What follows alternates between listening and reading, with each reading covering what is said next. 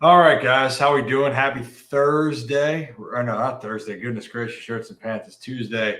Been a whirlwind to say the least, right? And the news recently, Zach Eflin's on the IL. There's been some reshuffling. I try to do this every once in a while. Just answer some baseball questions about what's kind of going on. So let's just talk about the obvious.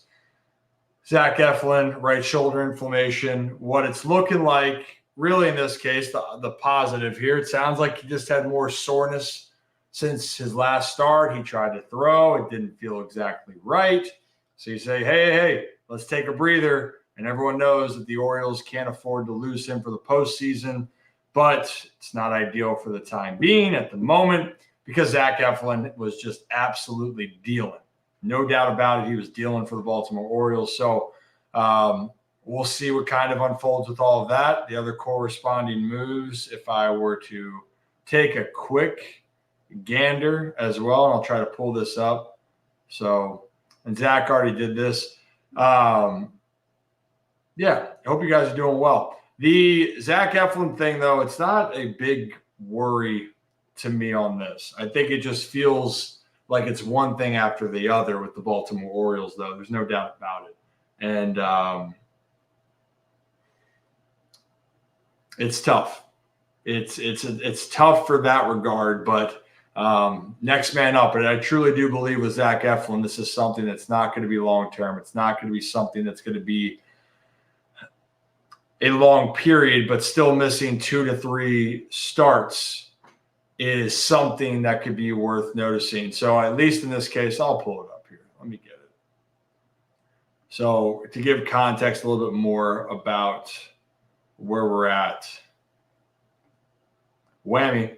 Okay, so obviously Cade Povich recalled, Dylan Tate recalled, Keegan Aiken on the paternity list, but then Eflin is on the IL, but retroactive to August 17th. So that's 3 days ago. So at least in that case, if Zach's feeling good come the 15th, in 12 more days, he comes off the IL, and we're looking at that day being what? That is, we're into the first week of September. All right, so then having Eflin hopefully having 4-ish starts, I think is the big goal here. So we'll see what kind of happens there. Yeah, I understand it's a gut punch to a team that feels like they just can't. It's one thing after the next. But the silver lining is at least the Orioles can get past the injuries to Grayson, get him back. Zach Eflin comes back. You're feeling good. And also, I'll say this, Cade Povich was honestly could not have asked for a better outing for Cade. In all honesty, his last outing. So that's something that the young guy can work and build off of. And there's no sugarcoating it. The Orioles are going to need it. They're going to need it moving forward. So we will see guys that could be in the mix as well. Yeah, Cole Irvin is down there. Time will tell as far as that. It looks like Cade Povich will be the guy to fill that spot. So we will see where that goes. Laura, appreciate you as always about smashing in that like button as well. And it's not easy when you lose your 2 or 3 in a pennant race. No, it's not ideal. But if you look around the American League in general and then the American League East, it's wide open. So if there is a silver lining that the Orioles are not the only team that is dealing with certain injuries, but also they're a team that's right where they want to be, which has a chance to win the division, has a chance to be the number 1 seed. But above all, they still have a great shot to be in the postseason. And as we know, you just got to get in the dance. I want to reiterate that. You just have to get in the dance. Let's answer some questions real quickly, though, shall we? Or comments. So, Steven, just need to catch fire offensively to back up the thin pitching depth. Yeah, no doubt about that. I think when people get frustrated with the Orioles offense, I don't look at it as a part where they aren't a talented team and they can't do some fantastic things. I think the part is consistency at this moment. The Orioles haven't been consistent enough offensively where it's one of those days where you feel like you're seeing the ball well, the whole team is, and you're capitalizing.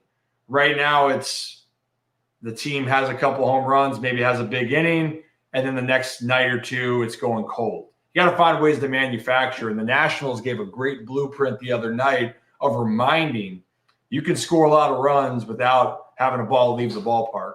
And part of that is with stealing bags. Part of that's with doing little things, getting runners over, and then making sure you're getting them in with less than 2 outs. Little stuff like that. And personally, I'd love to see the Birds run a little bit more, wreak a little bit of havoc. They got some great athletes on the team, so that is something that I'd like to see if we're going to keep going from there.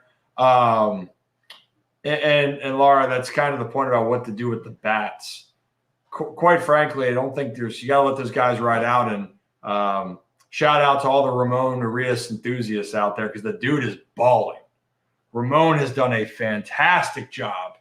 And yeah, I told people, this is why I thought from the beginning back in April, Ramon's not going anywhere, because he's truly a guy. And actually, this might be a hot take, but it might open up the thought here. Albert Suarez has been asked to do everything. Hey, Albert, all right, you're not going to be in our plans for now to start the season. You're going to be in AAA. All right, hey, Albert, we need you to make a spot start. Hey, Albert, we want you to stay in the rotation. How about you go to the bullpen? All right, how about you go back to being a starter? Bullpen, starter. Hey, Grayson's hurt. Short notice, can you get in there? And Albert has just answered every call. Then now, on this case, Ramon Urias going into the season was, hey, Ramon, you might play here and there. We might play you 4 days in a week, might play you 3 in a row, or then we might not play you for a week. And Ramon's like, all right, I'll be ready. And it's so helpful to have players like that, because now when you really need Ramon, he's showing you with the opportunities. He's gotten hot here that he can hold his weight. I mean, last night, that was a big blast to put the boys right in a great spot. And that losing effort against the Red Sox, great night. I think he had 5 ribbies or 5 steaks, as we like to call them. Really good. So given the context, you need those unsung players to step up. That's what I think the Orioles just need more of. They need more of those other players continuing to step up besides the superstar-esque guys that are out there. Hey, welcome into the chat, everyone. Appreciate you. Let's go through some more questions here. Jake, I know people keep saying with Trevor Bauer, this is not me. I don't really want to get into the discussion on whether or not deserving. I'm just giving my opinion. I just don't see the Orioles making a move for Trevor Bauer. So that's just from what I've seen. I just don't see that happening again. I know that that continues to be brought up. What is the biggest thing Trevor Rogers can do to get slightly deeper into games, get more deception on his changeup? Look, for Raj, he's not fooling a lot of hitters right now, and he's a guy that needs to pitch to contact. So at this point, yes, the deception of throwing your changeup, but how you throw a good changeup is you got to be able to get people off of your fastball. Your fastball has to have enough respect in some cases where then that changeup can be really effective, if that makes sense. So for Rogers right now, or for any team, say the fastball, at least if he gets in a good position, I think that's kind of what's happened with 2 strikes. And that the start before, Rogers yesterday wasn't great, wasn't terrible either, right? It's just he didn't go deep into the game, and he was having some up and down moments, but it wasn't like the other day where he was getting up with 2 strikes. He's actually pitching all right, but then couldn't put the Nats away. And that becomes a problem. So for Trevor, it's more about finishing off. And with deception comes with setting up your other pitches. So your fastball has to set up your changeup and your other off-speed pitches. And right now for Trevor, he's not having that. Now, Cade, how he throws specifically, has deception already. It's hard to pick up. So Trevor doesn't have enough of that at the moment. And that's something that hopefully he can find more, but I'm not expecting him to find that at least for this season. That's something you can try to work on more in the off season, if that makes sense. So I think this is a good part here. And if you're new to the channel, hit that like and subscribe on the Ryan Ripken Show. We do it live every Monday and Thursday. I'll do things like this impromptu to go, hey, how you doing? And talk a little bit of baseball when moments arose, when moments Randy arose arena. Terrible pun. But we like to do this, and Kevin and Zach React, part of the Ripken Media. They go live for every Orioles post game. They will for Ravens games, and obviously Zach went live talking about it. But I had people that asked me if I would talk about baseball, so here we are. I want to comment on this. This year just so different than last season. What a shame. Honestly, I'll be another guy with a hot take. I thought last year went too perfectly. I thought that the Orioles didn't have enough adversity last year. I thought everything that could have gone the Orioles' way, besides take out the injury to Batista, that was crushing. They just found a way to win the close games. They found a way to just come back all the time.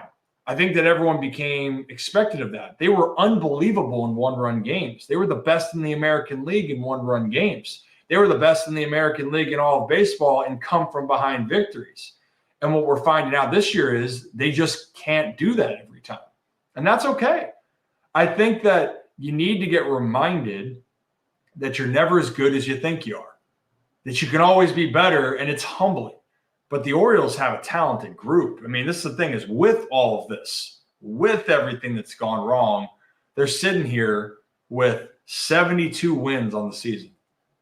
That's just – or sorry, 73 wins on the season. My bad on the math.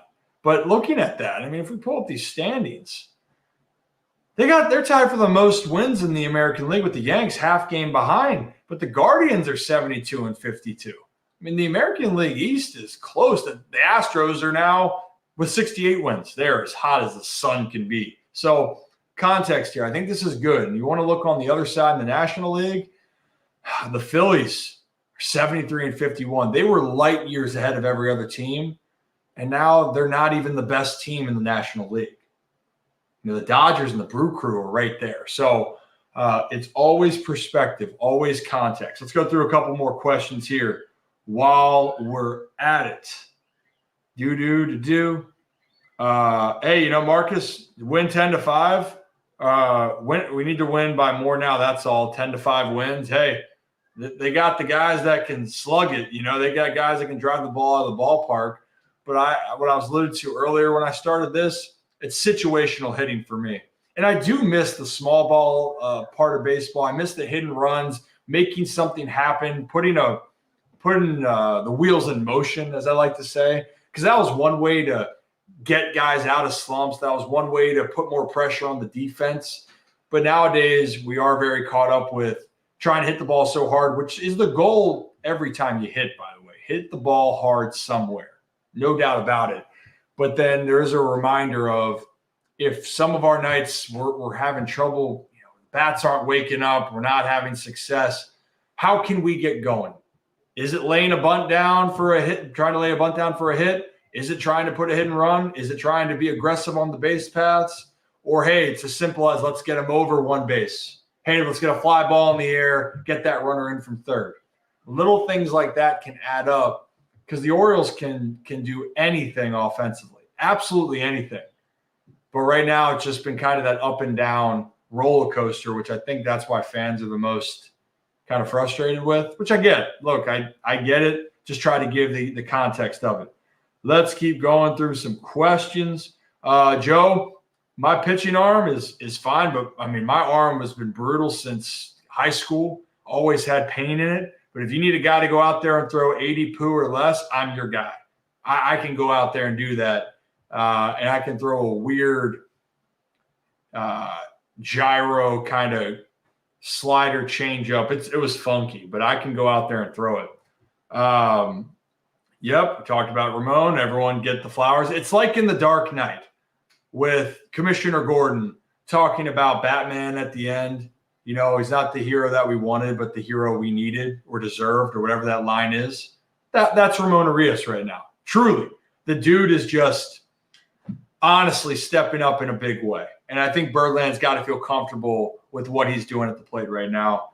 Hey, Birdland, is it over? No, hell no, man. It's not over. It's not over. You got to get to the dance.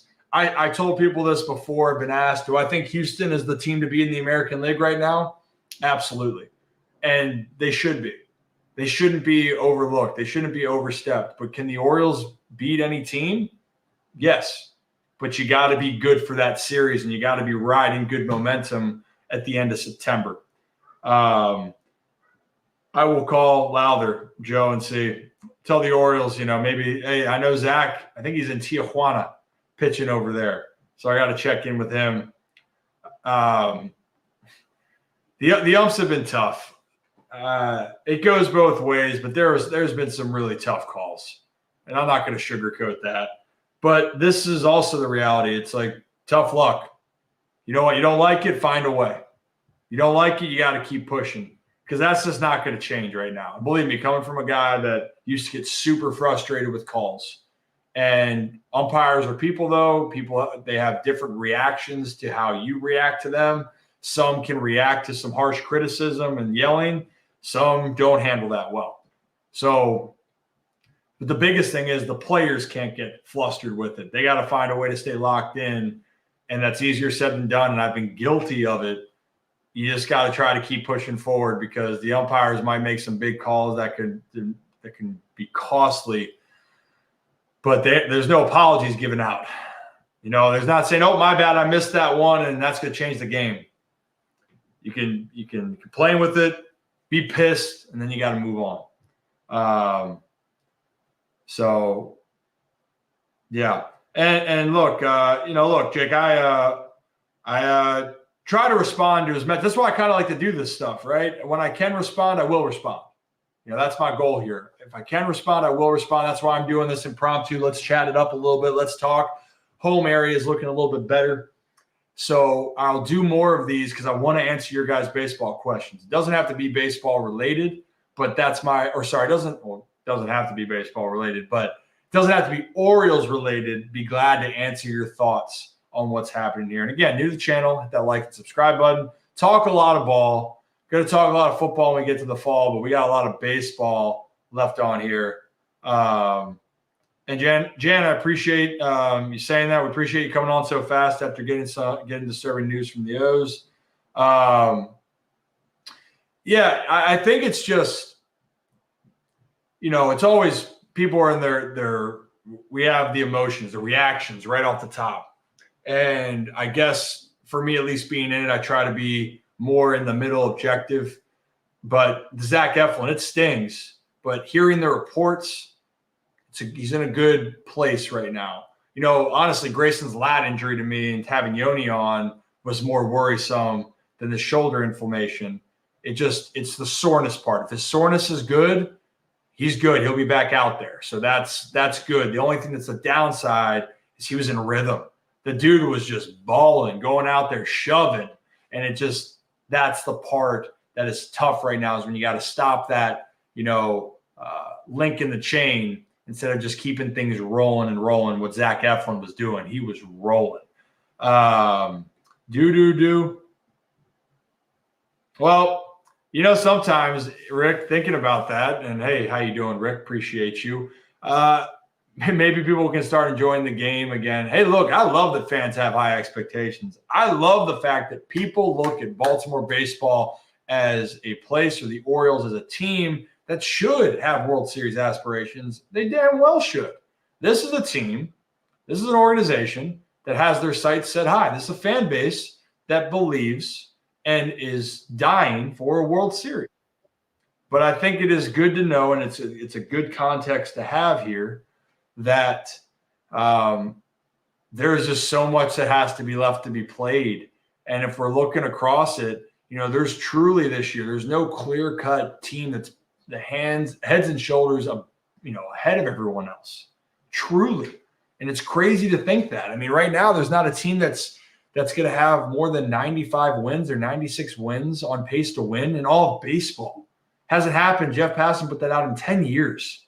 So a lot of parity this year, or you can say a lot of good, but maybe not exceptional teams. And just who's going to be playing that ball at the right time. Diamondbacks were, an 84-win team last year, go to the World Series. Texas snuck in still after being hot early in the year. So it's all context. It's all context here. I got to get a little bit more research with Chase. I don't think it's as optimistic. I'm not going to count on that for him with Baltimore. My inkling would be, not that he would be counted on moving forward here.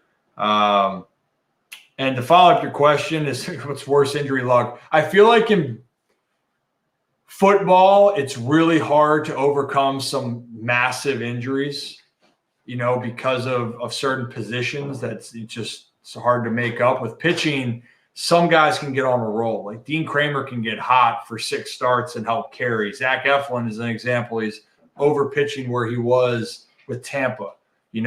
Grayson comes back, maybe he's lights out. You just need certain guys to get going. And then in the playoffs, there's these unsung heroes that you never hear of. So I think that definitely I'd lean more on the football side. But injuries for baseball, I will say this, the most injuries I can remember for a baseball team in a long time. The pitching injuries, even for all the injuries, it is an exceptionally high number of injuries where you just shake your head. Like it's just holy shirts and pants, man. That's unbelievable. Going through a few more things. Adversity builds cohesion or tears the unit apart. I saw people talking about the Corbin Burns, and I got about 5 more minutes and I got to get going here. But that was a big moment. It was posted on my account. Corbin was fired up last night, right?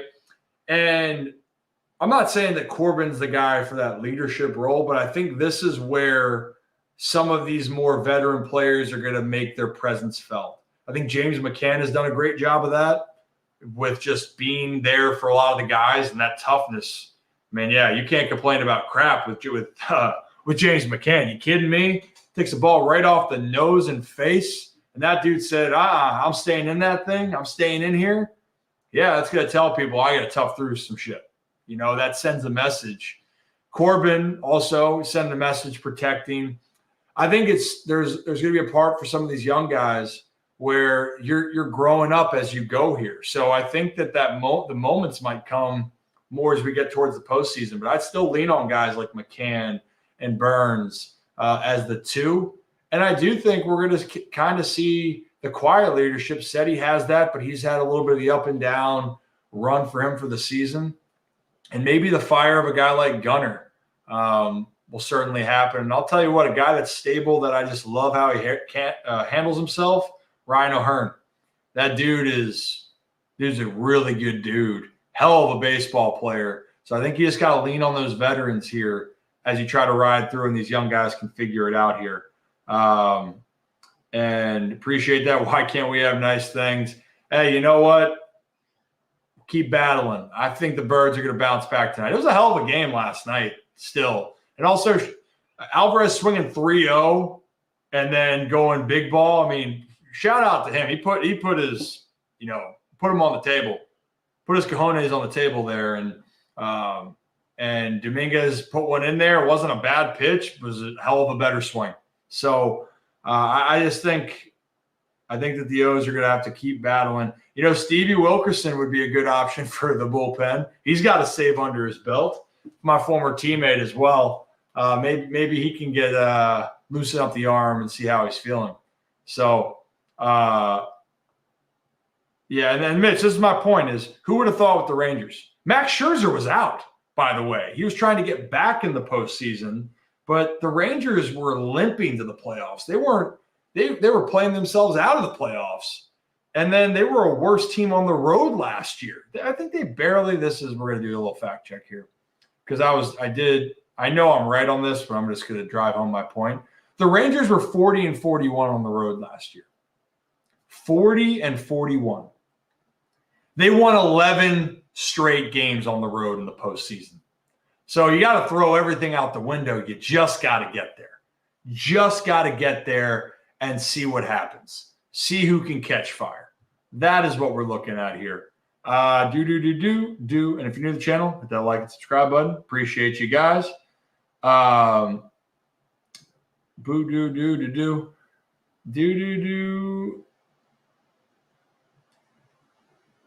think also, Stephen, with this is a long conversation we can talk about.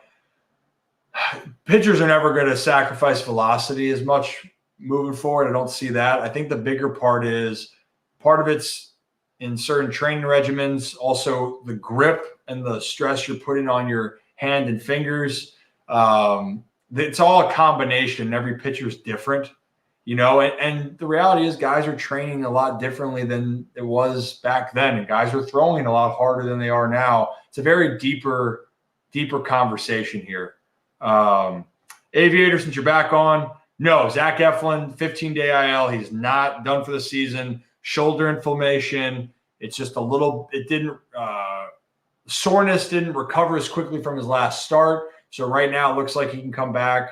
It's retroactive to 3 days ago, so he can come off the IL in 12 more days. So for me, if you can get Eflin for 4 more starts, that'd be ideal.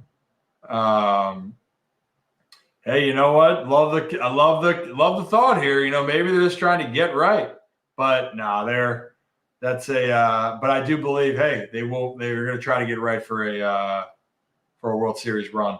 Going